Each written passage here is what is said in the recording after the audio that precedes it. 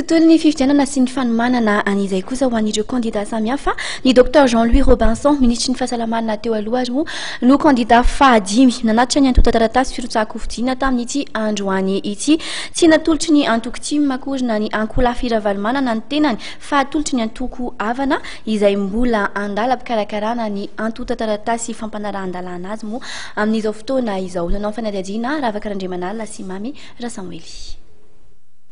Candidat fahadimy nametraka ny antota-taratasy teto amin'ny CES Ambohida na ny fitsarana manokana amin'ny sanany fifidianana ny docteur Jean-Louis Robinson ministra fahasalamana teo aloha izay atolotry ny antoko avana. Tamin'ny folora maraina ny tena no nigadina teto Ambohida niaraka tamin'ireo mpiaradia aminy nametraka ny antota-taratasy firotsahako fidiana. Amin'izao fiverenany eo amin'ny sehatra politika izao dia nisafidy ny andray anjara amin'ny fampandrosoana firenena ny tenany amin'ny alalan'ny firotsahana candidat amin'ny fifidianana filoham-pirenena voalohany ny Repoblika Fahefatra.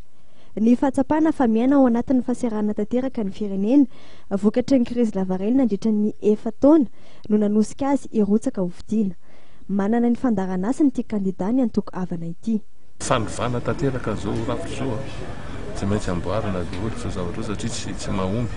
ary nitarika antsika any amin'ny zavatra fahoriana lalina dia lalina. Ny faharoa manaraka azy tsy maintsy atao aingana dia aingana ny fialana amin'ity fahantrana manetsikitsika ity nilazaiko teo amin'ny fitiavarina teo moa zany ny zavatra atao aingana dia aingana ireo fomba rehetra isin'ny ohatra ny hoe ny sekoly aingana dia aingana ary za io no tena anisan'ny keo zany no ataoko eo hoe ny fampianarana no voalohany ary ny fampianarana mbaratonga voalohany aloha dia sina ezaka hoe tsy andoavam-bola atao ny trano aingakaingana ametrahana ny olona logements sociaux ny mpampianatra sy ireo fonctionnaire ireo atao zay karamany aingana dia aingana inona koa ny maro dia maro ny zay azahoantsika énergie aingana dia aingana ohatra ny énergie hydroélectrique énergie zany hoe angovo azosika amin'ny rano io koa zany zao no atao aingakaingana fa tsy hoe angovo azosika amin'le momban'ny hoe ampidirinao amin'ny pétrole dia melafo any ny adivantsika amin'ity mba aingakaingana an'ity fivoahantsika amin'ity fahantrana manisokitsoko ity. Nisitaka tamin'ny antoko ity mantenany raha fanazavany noho ny fahatsapany fa manjaka eo anivon'ity antoko ity ny adala politika. Araiky amby 20 taona moa i docteur Jean-Louis Robinson izao mirotsaka ho candidat amin'ny fifidianana filoham-pirenena voalohany ny Repoblika Fahefatra izao.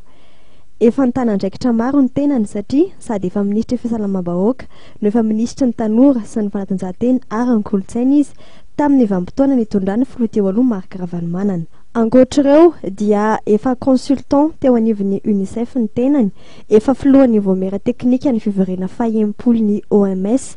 tamin'ny volana May 9 sy 10 ihany koa ny tenany ary ankoatr'io dia efa filohan'ny olafitra ny mpitsabo malagasy ihany koa.